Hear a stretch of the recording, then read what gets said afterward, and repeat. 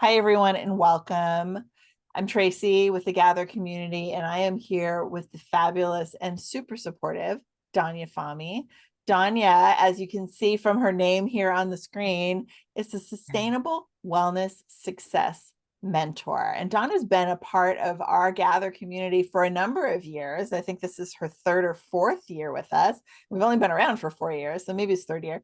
But anyway, and what I love is through all these years, I've been able to watch Donya's like clarity of speech like evolve and my understanding evolve. And so she's helped me learn, and I've helped her, I hope, like learn how to talk to people like me who maybe are a little bit out of sorts with regards to their health and well-being. So Donya, I'm so glad to get to do this interview today.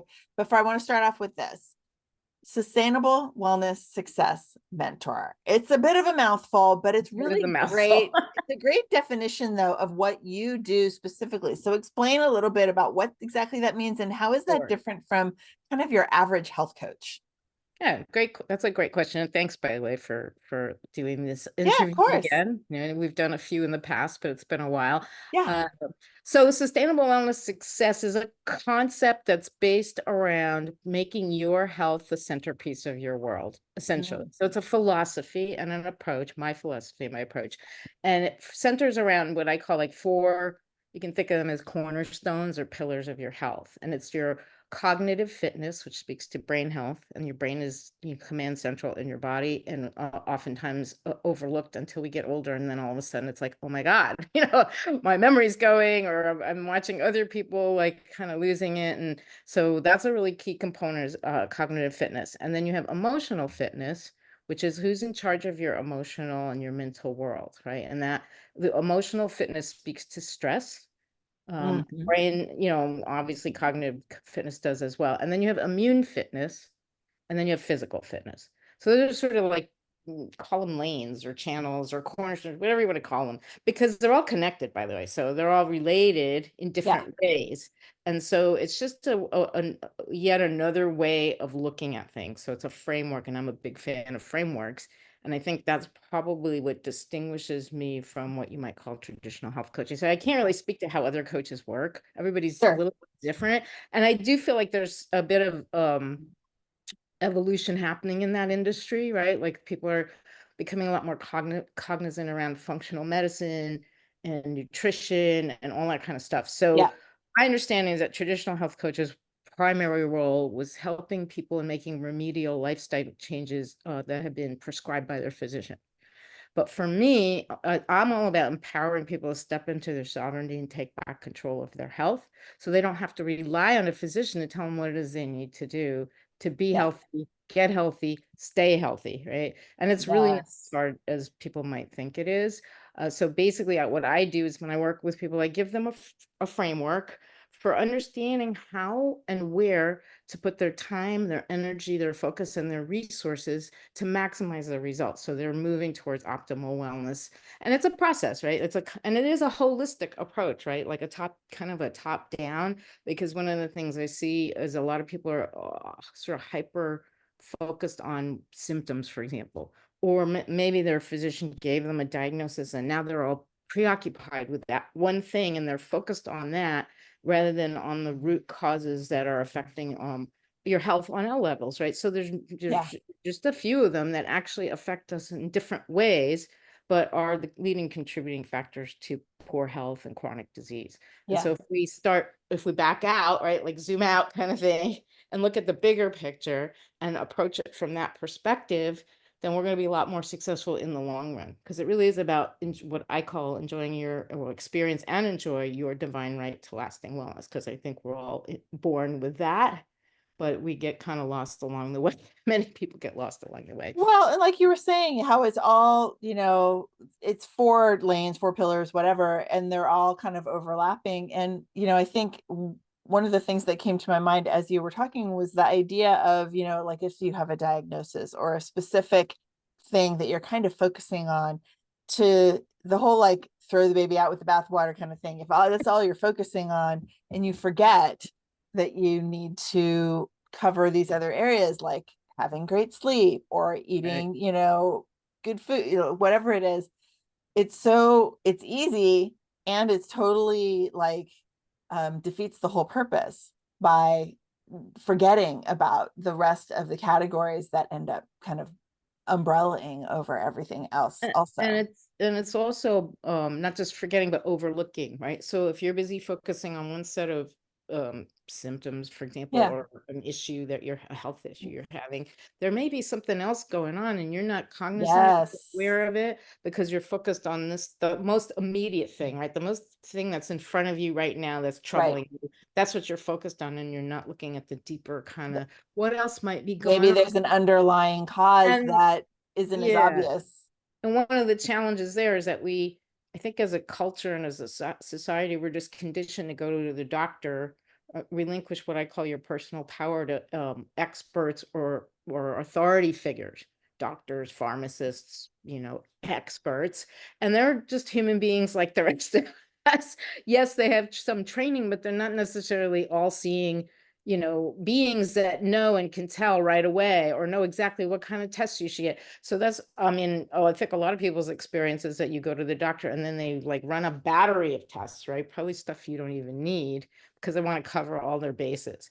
And then they'll tell you there's standards that are set, like what's in the normal range. And if you fit in what's been standardized as a normal range, then they'll tell you you're fine, and it's all in your head or something. Like I think a lot of women especially have had this experience when they go to the doctor. They know something's wrong, they don't feel good, they're going there hoping to get some kind of resolution or answers, or resolutions and solutions, and what they get is you're totally fine. I used to get this when I was sick. Oh, you're young, you have a strong immune system, you're fine. I was like, but I'm coughing all night long and I can't sleep.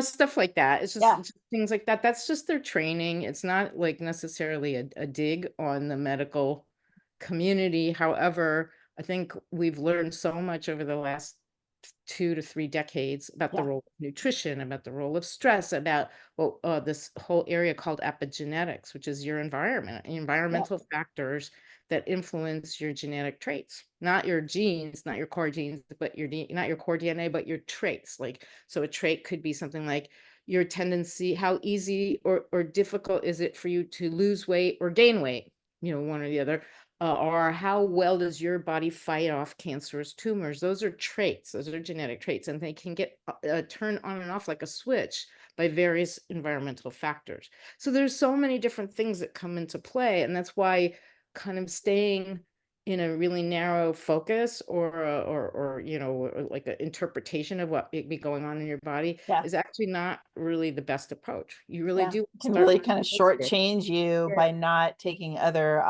Things, perspectives into factors account.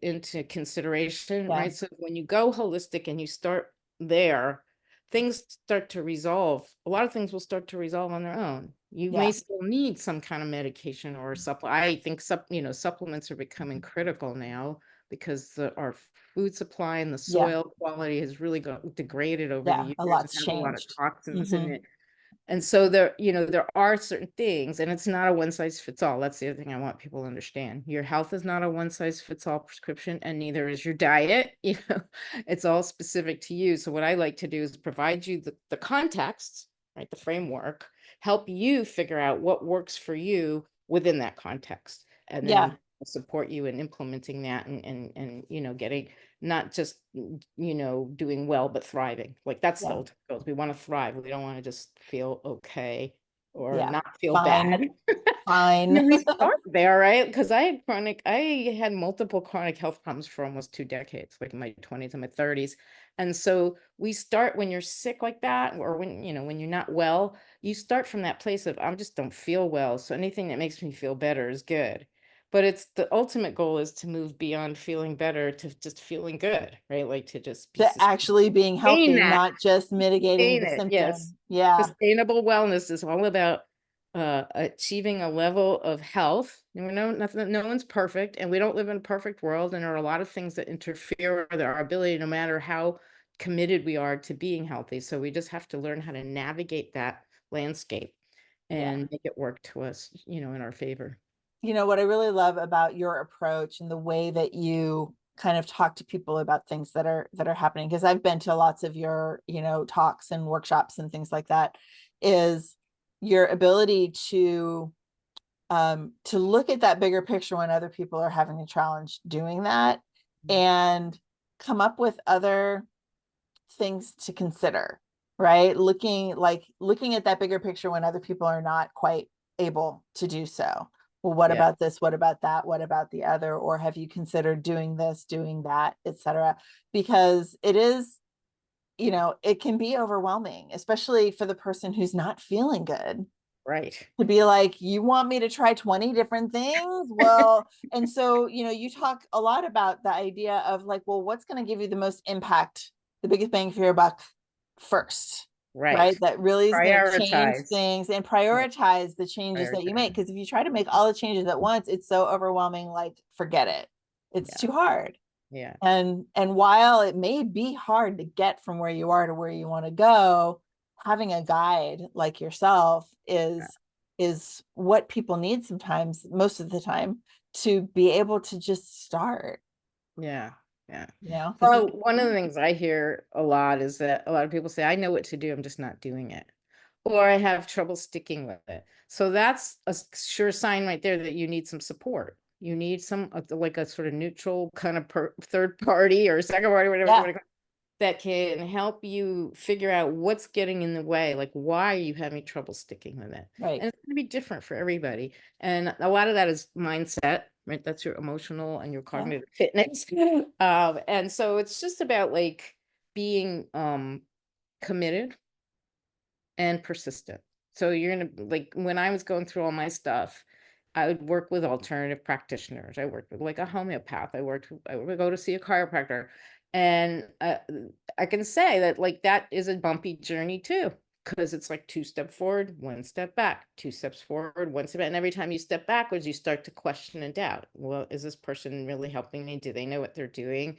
And then you go like, well, if they don't, where am I going to go? Where else am I going to go? So well, you and have to they have all have their specialties, right? So it's not right. like, we used to think that Western medicine was like they cover End everything, all be all. It's not. Yeah. right? And not everyone can know everything, but that was how we were brought up, right? Right. That's the answer. You go to the doctor and they're gonna, Fix be you. the center point. They fix you. And so you go to a naturopath and you go to this and you go to the chiropractor and you go to acupuncture, and it's hard to know sometimes what's working and what's not working when there's a Right. lot of options to choose from on the list.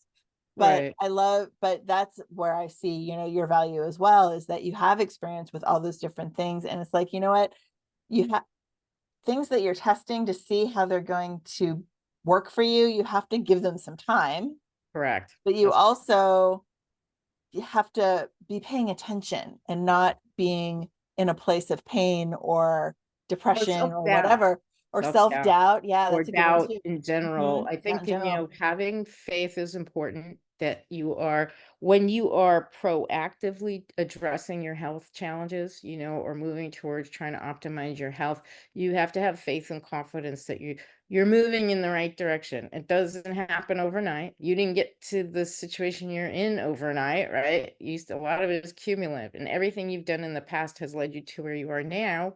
And everything you do right now will have an effect on your future trajectory. So Yeah. why not, if you have the opportunity to make it really good, why not start focusing on that, right? So focus on working towards, and it's another way you can look at it. I look at it as like a spectrum, right? Like, so your health is on a spectrum, or like it's easier maybe to use diet and nutrition as an example with the spectrum.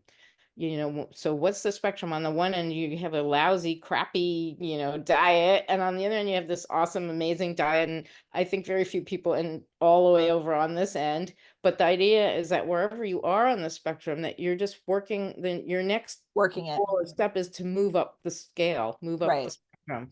So go from crappy to less crappy to okay, okay to good, good to very good to excellent, and then Yeah. outstanding, whatever. I mean, it's like, it's Well, not, and it's talking about diet, right? You're not everything's going to fall in one category too. So like, you have a fully crappy diet, but yet now you have, a vegetable. I don't know. There's a guy on TikTok right now that's talking about having a cucumber a day and like making It's a total thing, but I literally have had 3 cucumbers this week Funny. because of it. Oh, Because he just like makes a watch how dressing. you're being influenced.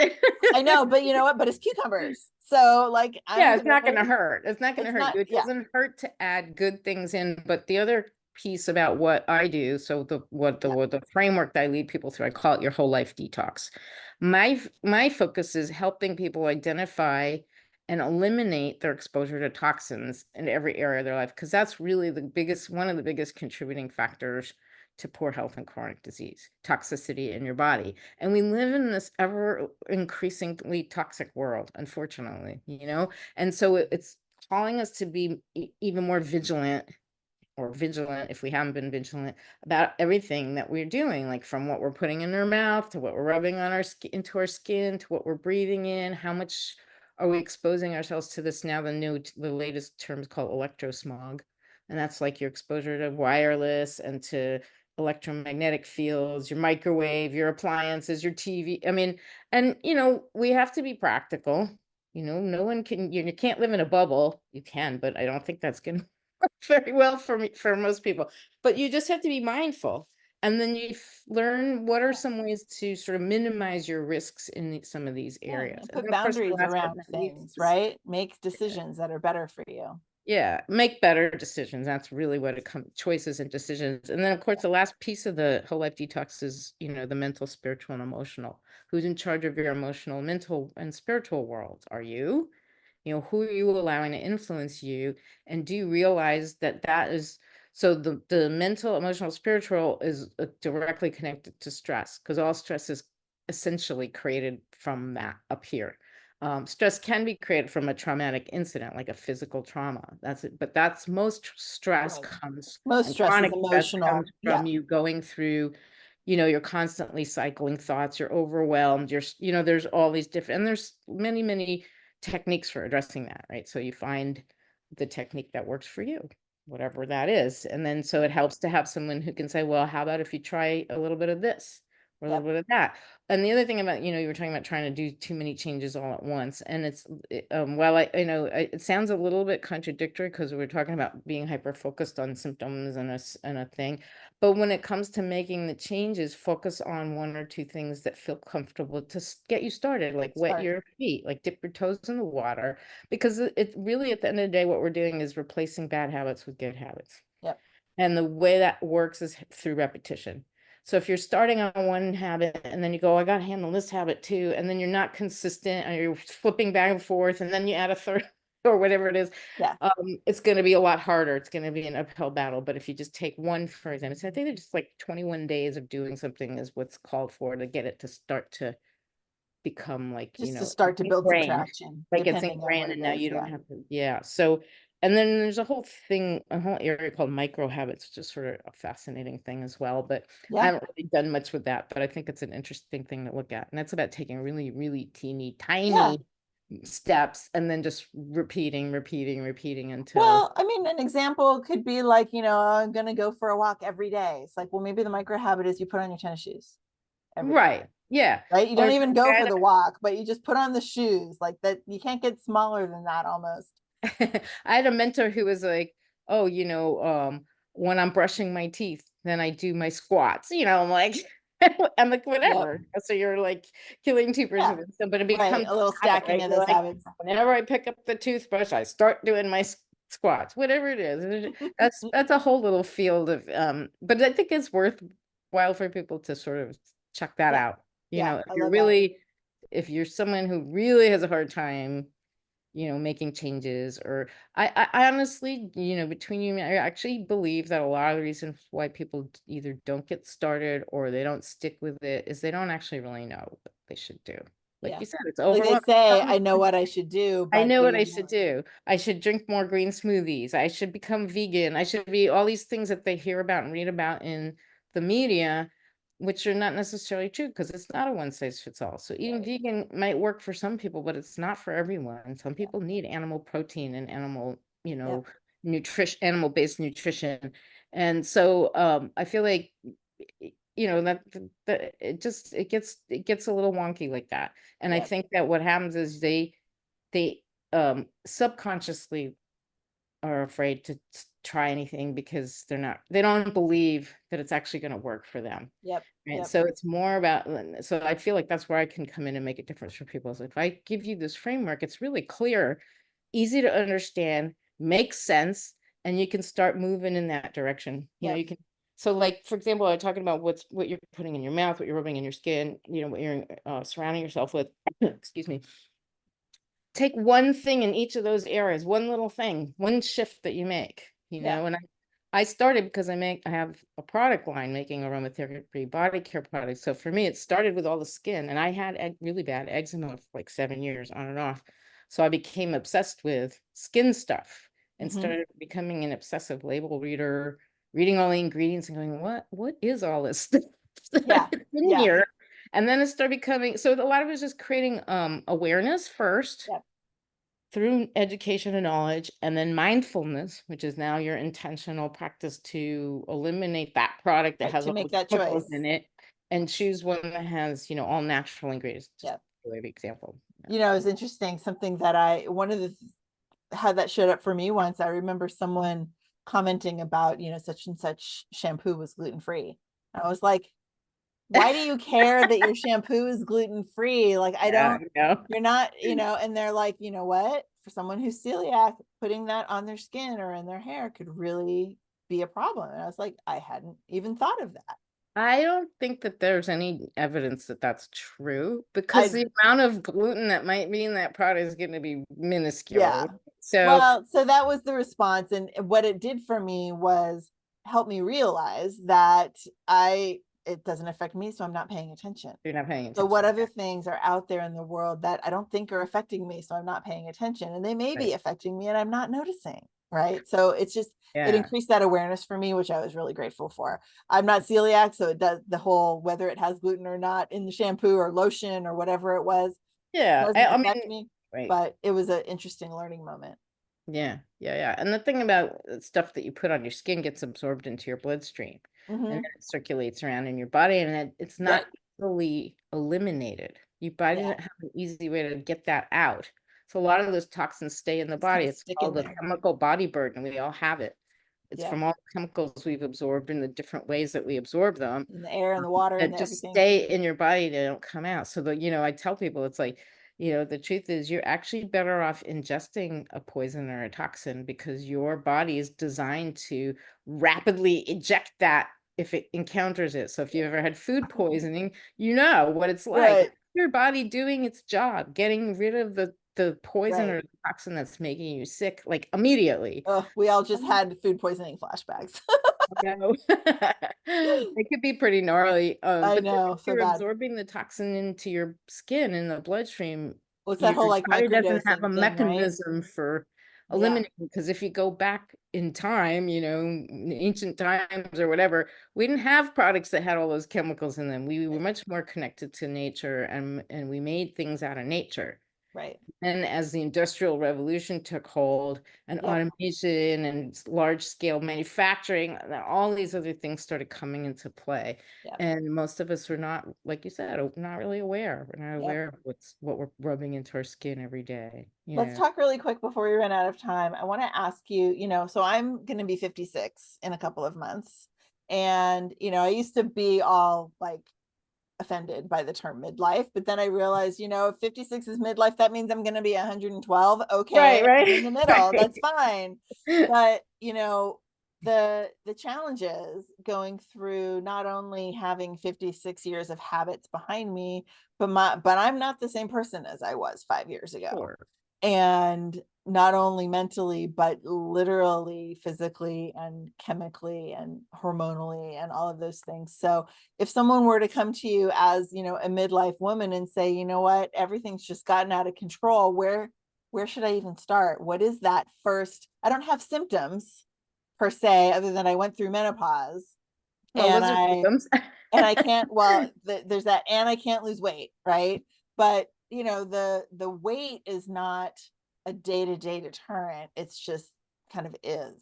But where would someone start to say, I guess you have to just talk to that individual person, right? Yeah, everybody's gonna be different. I mean, you could be have I mean, diet and nutrition is really the first place you need to Mm, start for any health related thing, right? Take a yeah, look at diet. Where can you make some changes?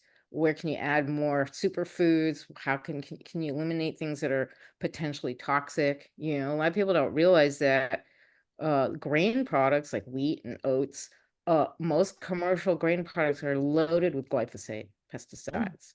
yeah, Right? We think of that as only being on produce, but it's right, not. It's also on the wheat because of the way the wheat is grown and the way it's harvested. So you get a double dose of this pesticides into your system. So that's like one thing right there that, one tiny shift that someone can make. Like if you eat oatmeal for breakfast every day, make sure it's certified organic and don't make any exceptions yeah, to that. Right. yeah, So that's a start. That's one little thing you could do. You could shift. Same thing with wheat products, like, um, I I had stopped eating, like, pasta and macaroni products for a couple years. I kinda got out of that because I felt like it was just not helping me with my weight, all that kinda stuff.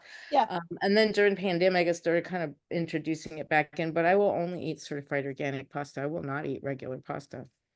yeah, Uh, because you know what it takes and what right. it's I what it's mean, bringing to you. you're a human and, like, you might be traveling and you might not have as much control on that. For example, you go on Yeah, go vacation, to a you restaurant. fall off, it's okay.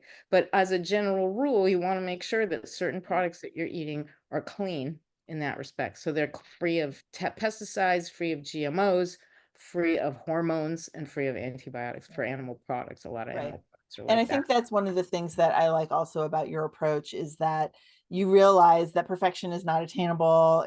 It's not something like as perfect as you want to try to be, it literally is impossible in the Right, it's fine gonna sciences. create more stress for you, and that's kinda Right. That's the counterintuitive and opposite of what we're trying to right, accomplish, right? exactly, exactly, right. So we wanna be practical, but mindful. Yeah. And do the Love that. best that you can. You just always do the best that you can in any given situation or circumstance. Some people might not have enough money to buy, all the perfect foods, Right. you just have to, if you're in that situation, you have to be more creative. That's all. You need to Yeah. be creative. But I mean, you need to eat vegetables. There's no question about it. And you want to stay away from processed foods. Processed foods are really poison. They're Yeah. the they're That's poison the in our worst. bodies, Yeah. and, And I don't think anyone thinks that they're healthy, right? It's right. just paying attention to how What can you often you're having them, what substitute? else can you substitute, Right. all of What the can options that are in front of exactly. you. Yeah, Yeah. like, for example, I do a whole workshop on killing your junk food and sugar cravings, right? And then Mm, I walk through people, I share with them what all the different healthier sweetener, options are, yeah. right? Not artificial. There are all kinds of natural sugars, and they vary in degree in terms of their glycemic index, and that's what you want to look at when you're doing sugars. Right. And many of them are very low glycemic or zero glycemic, zero Yeah. calories. And there's more of these newer things coming on the market, and you don't need as much of them to get the sweetness. So if you really need that sweetness, Yeah. there Well, are there's healthier options you options. can use Yep. to get that, right? But I think that that is an addictive thing, the sweetness. And well, so the other thing I try to get people to pay attention to when it comes to the food thing is pay attention to flavors and textures, Mm, and because you don't appreciate that when you're eating too fast, for example, eating on the yep. go kind of thing. When you're eating processed foods, you don't, because your taste buds are being, directed with nasty things that you become addicted to, whether it's salt or sugar or Yep. fat or whatever it is. Yep. And so, changing your relationship with food is a good place to start. Because I think a lot, especially women, because of our obsession with our weight and our image, we don't like cultivate a good relationship. I mean, it depends on your cultural background, because in many cultures, food is a very central part of the Right. part of the social activity, part of the Right. family activity. But if you don't come from a background like that, it's easy for you just to just kind of think of food as a fuel that keeps you going, as opposed to something that can nurture you, and that you can nurture your relationship Yeah. with the food. Yep. Right? So we want to, I remember it was like, God, like it's probably been like 25, 30 years ago, going to a presentation. It was a business one, and this guy was talking about McDonald's, and he said, "McDonald's is not a restaurant, it's a fueling station." And when he said that, I was like, "Oh my God, you're right. That's Yeah, exactly what it is. right. People go there to It's fuel." calories into your body, Yeah, and that's yeah, the and value of so it, period. pay attention to the quality of the fuel that you're putting into your body. Like you've heard me say this many times, which is that your body is the vehicle that you use to navigate this road we call life. Pay attention Yep, to the quality of the fuel you put in it and how you care for it, because that's going to determine the duration of the ride, how far you're going to go, and the quality of the ride, right? Are you yep, enjoying the ride? Is it smooth? What's the ride looking like right now? And whatever it looks like right now, what do you imagine or project it's going to look like down the road, 5 years, 10 years, 15? If you yep. continue doing things the way you're doing them now, will you still be okay in that time frame? So that's another thing I have people take a look at that and really think about Yeah, I that. love that. That's Like really great. future pacing, kind of project into the future. Yeah. Can't predict it, but you have an idea. And then if you're not doing great right now, what's it going to look like down the road? Well, and looking at a goal of, now versus a month from now versus a year versus 5 years, like any coach is going to talk about goal setting and visioning the future, and you can do the same thing with your health. Like right now I'm here, right? In a month I'm going to be here, in a year I want to be here, and where do you want to be Yeah. in the future, and how is the what you're doing now getting you there? Yeah. Because So I think setting goals is important. And I do a yeah, workshop around that as well. It doesn't mean you have to stick with it, but it's like a guideline that helps guide your behavior, yep, guide your focus, guide your feelings, and it builds momentum and inspiration and motivation. Like when you yep, set a goal and you see that you're moving towards it and you're having success, that your prior yeah, you're success more builds likely to on your stay with it. current. Yeah, and it keeps you moving along the path, right? So Yep, that's kind of another really important piece. It's just for sure. getting motivated and staying motivated, Yep, and not beating yourself up when you fall off the path for a brief, or you take a yep. detour and you make a wrong Just turn. keep in Well, mind okay, where you let's want to go. veer your way back and Yep. then get back on it. Yep, absolutely. Love it. Well, Donya, I love that. We could just keep talking about this because it's the kind of thing that there's so much to talk about because There is. it's our lives. Like it's literally everything about us living on this planet. Yeah, it's And interwoven so, into every aspect of our life, so that's why yeah, it's important now more than ever. absolutely. Yeah. Absolutely. Totally agree. Well, I want to thank you for your time, for your wisdom. And I know that as you teach your workshops and speak at our Gather community events, etc., that we're just going to continue to learn more and more. I really want to recommend to everyone out there, if you've gotten to the end of this video, then clearly you're interested in making your health a priority, and definitely reach out to Donya, and we'll make sure that in the show notes, I'm getting podcast ready, in the notes here on the video, that Give we some have, contact the link information. to her, information on how to reach Donya and everything. So thank you Yeah, again, my friend, for thank being you. here. And Always a pleasure. yeah, looking forward to spreading this far and wide and getting more people to know all about you. So thank you so much. Thank you.